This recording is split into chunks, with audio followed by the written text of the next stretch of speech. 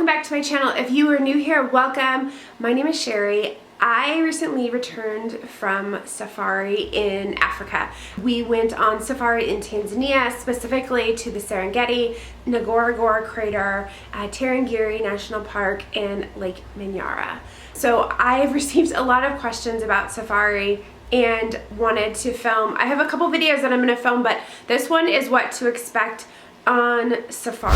So what I'm going to talk about is specifically what to expect in Tanzania on safari, which is very similar to what you would experience in Kenya if you're going to like the Masai Mara, if you are going in South Africa to Kruger. It will be different if you're going to like Rwanda and going to see the gorillas, but this is what to expect on that national park safari, specifically in East Africa, but like I said, South Africa will be similar.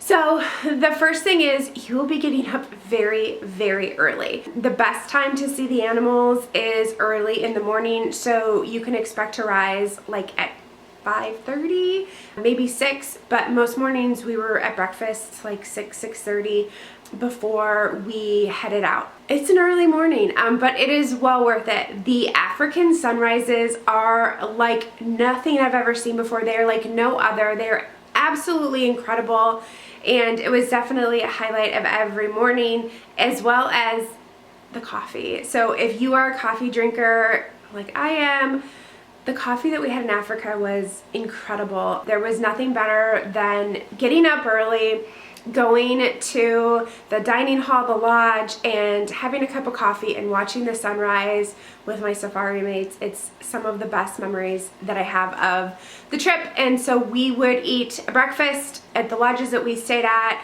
It would be like a partial buffet, so it would be like fruits and pastries and those kind of things, and then you could order eggs and toast. And so we usually had like eggs, toast, yogurt, and fruit. And then you head out on a morning game drive. And so that's important because the animals are most active, not in the middle of the day, that's when they're sleeping, but in the early morning, late afternoon hours. So they have been hunting all night. That's when we rolled up on some kills, which was very interesting to see. It's just the circle of life of Africa. But those early morning times is when we rolled up on them, and it was really something incredible to see.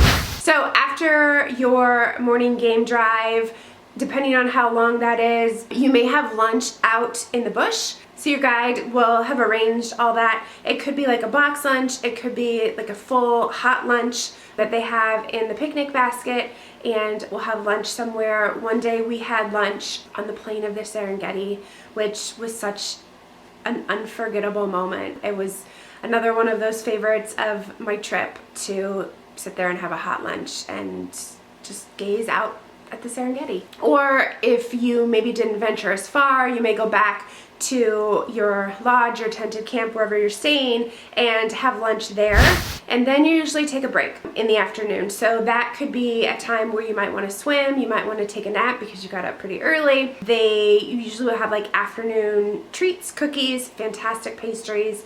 You might want to have some coffee or some tea. You can sit in the main lodge and read and relax, play games, play cards. But it's definitely a nice time to, meet other travelers, to get to know the staff where you're staying, or just spend time as a family, or just, like I said, take it out. And then in the late afternoon, you will probably go on another game drive. This is when, the hottest part of the day, you've rested, the animals are resting, and in the afternoon, the late afternoon, 3, 4 o'clock, you will head back out. It's cooling down, the animals will be coming out, and go look for some more animals. And then usually right as like the sun's going down, you will head back to your lodge, your tented camp, wherever you're staying, and get ready for dinner. So most nights we had dinner at 7:30, and there was a group of us, so dinner usually lasted a couple of hours. It's really not that long generally, but we were all talking, having some drinks, getting to know each other, and so it was a little bit longer. So most nights we then retired to our room to start the process over again. But a lot of the places where we stayed had entertainment in the evening. A lot of times they call it bush TV, where they will have a fire going and have chairs set up around the campfire. Some of them have different entertainment happening. It just kind of depends. Some people will go to the bar and have some more drinks. Sometimes we saw people like playing games, like board games or card games. So that's what a typical day looks like on safari. So it is a very long day, but you do have that break in the middle and you're on vacation and you're seeing animals. And honestly, like, I'm not a morning person, but getting up at 5:30 to go out on a game drive was like easy peasy. I had no problem doing it. So a couple of things of what to expect that I didn't quite grasp before I went is how long you'll be in the car. Like, I knew we would be in the car driving around looking for animals because, you know, it's not the zoo. It's not like, oh, the elephants are over here and the lions are over here. You know, you're driving around, you're looking for the animals. This is kind of where the importance of a good guide comes in, as well as a good tour operator, a good company that you're going on safari with. There's multiple reasons, which I think I'm going to cover in another video, but there's multiple reasons why you want to work with a good tour operator.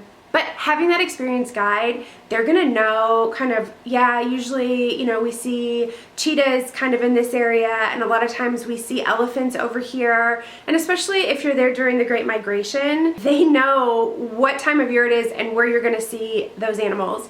Also, when you work with an experienced tour operator and a guide that has been doing this for a while and knows what he's doing, they communicate with each other, the guides communicate with each other on the radio.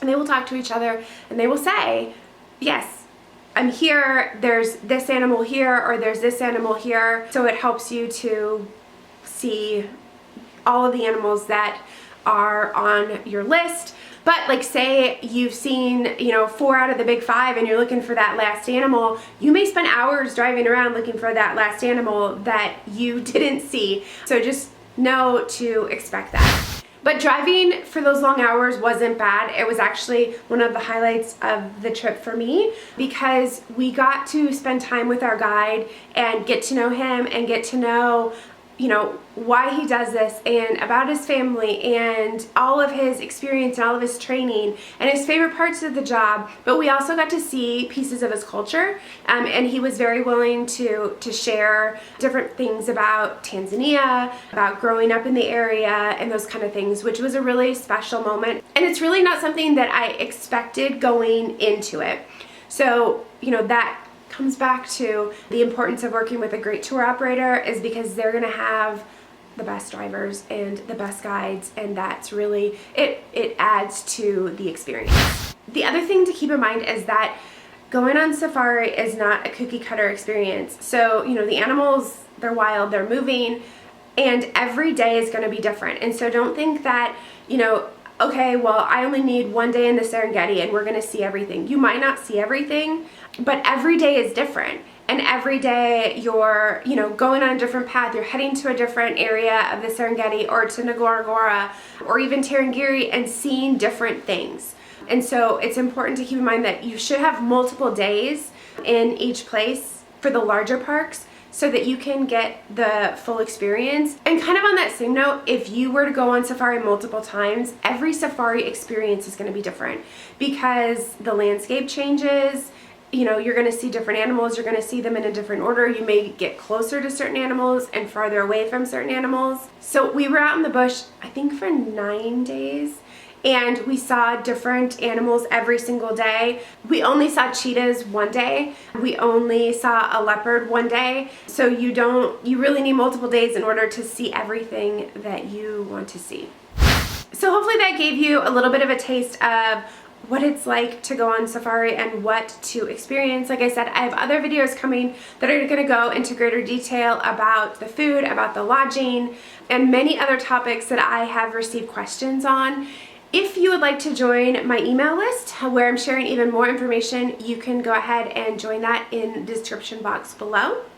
And if you have any questions, please leave them down below.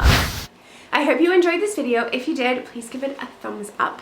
I would love for you to subscribe if you have not already. Like I said, I have more videos about safari coming very soon. Thank you so much for watching, and we'll see you next time.